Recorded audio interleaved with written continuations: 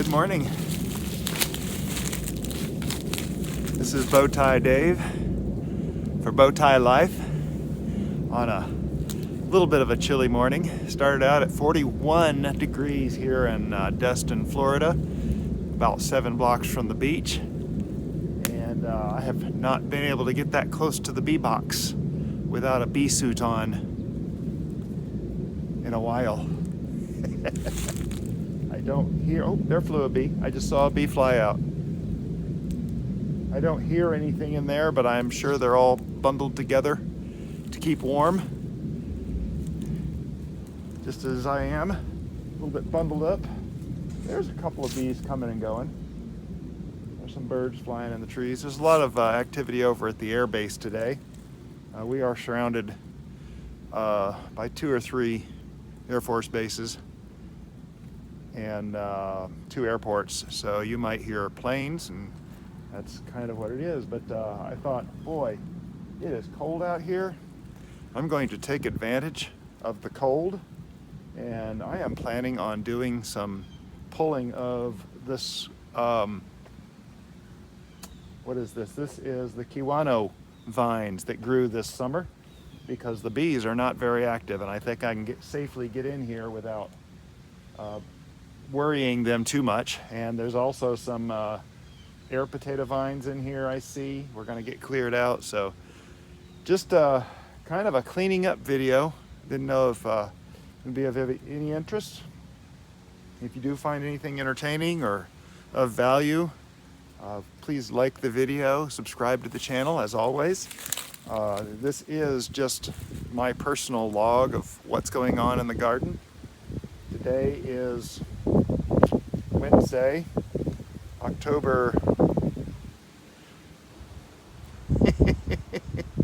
Is this the 18th or 19th? I know it's Wednesday, so somewhere around there.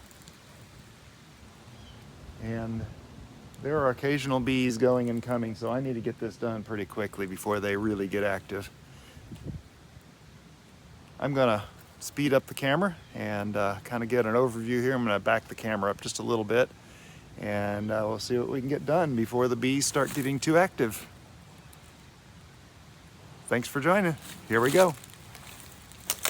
Oh, actually, I'm going to show another little clip from the sunchokes up front. Very interesting. I thought it was fascinating. Yesterday was very windy, and it looks like today's going to be no exception. But what I saw in the sunchokes, check this out.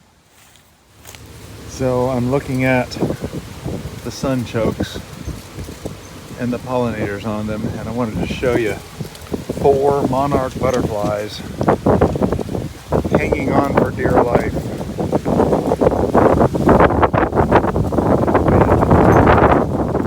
On these sunchokes, 1, 2,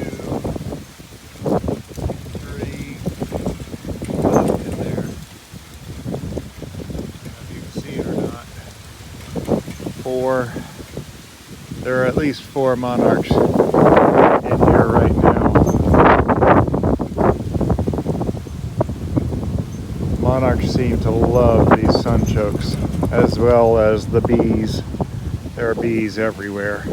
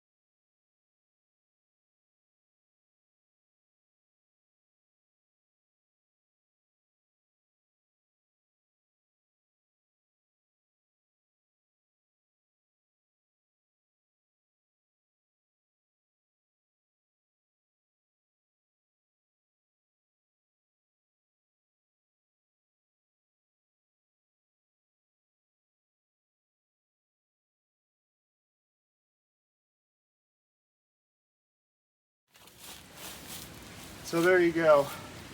That was a pretty big pile of stuff I pulled out of that melon patch for this year, and pulled down the one cattle panel. Stay tuned, subscribe for what's going to happen there. It's kind of exciting. We're doing a whole bunch more arch trellises. But you saw me chopping up this stuff with the hedge trimmers. And what I'm going to do is I'll let this sit here for a few months, probably a couple months, and I'm going to put a cover on it so it doesn't get any water. And this stuff here, even though it's almost twice as high as the container, nah, not quite, maybe 50% higher than the container, this stuff is going to dry out, shrink down to smaller than the container.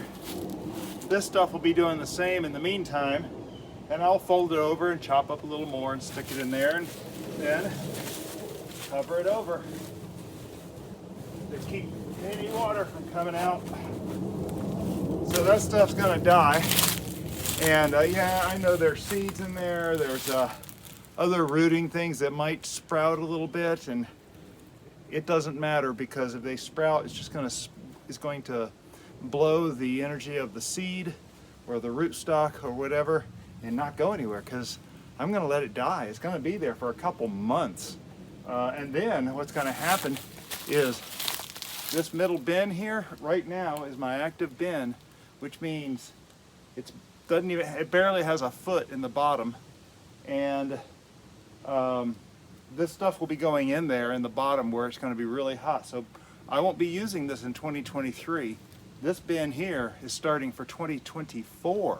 So this stuff is going to sit inside the hot compost for, well, at least a year and a quarter, if not a year and a half. So they'll have plenty, the compost will have plenty of time to eat it up and kill it all. And this first bin right here has been, in fact, I was calculating up, I've been saving stuff that's in the bottom of this or somewhere mixed in with this for 3 years. I started saving compost our first year of gardening in the garden, when we lived in the apartment, had all the grow bags. If you haven't seen yet, keep an eye on the Facebook page for some From Humble Beginnings posts that's going to show some of those early days of the garden. But anyway, so I started collecting compost way back then, and by the time we bought this house almost a year ago, I had 3 25-gallon bags full of compost, black, great-looking compost, kitchen scraps and stuff I'd amended, and soil and other things, and and because I stacked the 3 bags up on top of each other, I even got a little temperature out of it, a little over 100 degrees. I was very excited. Well, this thing here gets quite a bit hotter, of course. But anyway, so this first bin is for this year. Some of that stuff in there has been there for years. So it is going to get spread over the top of the raised beds when we get done refilling the raised beds. Mind you, these are new raised beds this year. The soil in some places has sunk at as much as 14 inches. That's a lot. But if you consider that the beds are not just 2 feet, but they go between 8 to 12 inches below the surface of the soil. So in some places they're almost 3 feet deep, which, yeah, I know is way deeper than any vegetable garden needs to be. But it's deep. And so there was a lot of sinking, and we knew that. I'll be honest, I didn't think it would sink 14 inches. I was expecting maybe 10, 12 inches. 14 inches, wow, that was a lot. But this was the very fluffy equestrian compost, bedding and poo and all that other stuff from the equestrian center nearby here that I got for free.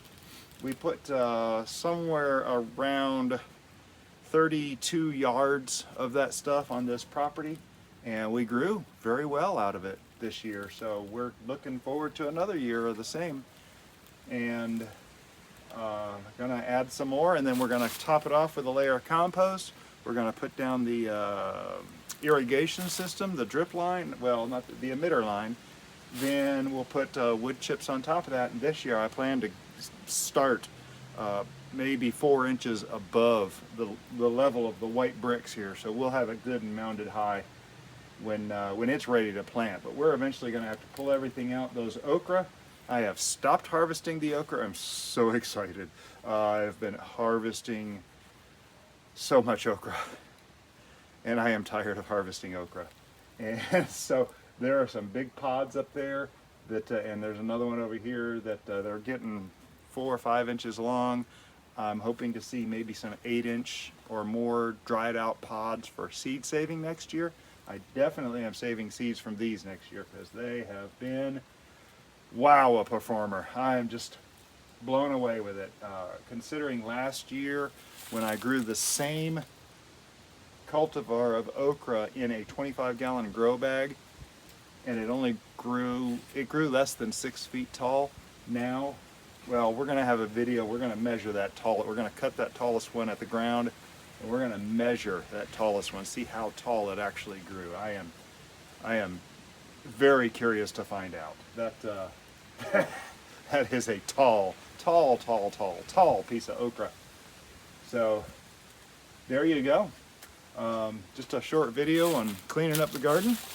And what did you think of those sunchokes? Tell me down in the comments below. The monarch butterflies on the sunchokes. Oh my goodness, that was just mind-blowing. And as hard as the wind was blowing, boy, they were just hanging on and eating that nectar and pollinating, and oh, it was the neatest thing. I was getting in the car, rushing off to somewhere, and I just had to stop and take that short video. But another major step in the garden done. Next, I'm going to see if I can pull some grass out of the blueberry. Oh, well, that too, the blueberries and blackberries for that matter. But we're kind of in a cleanup mode with it being cool today, and the bees are settled. Did you notice? I didn't have a single problem with the bees over there. That was very cool. So now I know when I'll be cleaning the melon patch next year, as soon as the first cold happens. I think bees are active maybe 65 degrees, 60 degrees. I can't remember exactly. I'm going to have to keep an eye on them and see how cool it needs to be for them to be nice and settled. So there goes the HVAC unit, and I think that marks the end of my video. Appreciate y'all watching. Please like this video, click the thumbs up, and please subscribe to the channel. If you're new here, we share a lot of stuff about gardening and just the life of the garden and the life of, well, Bowtie life, and I'm Bowtie. So some things, it's mostly gardening. Occasionally we get a few other things. I know, I get off on a rabbit hole, but I try to do that not very often. But it's a beautiful day. Hope yours is as beautiful. Have a blessed day.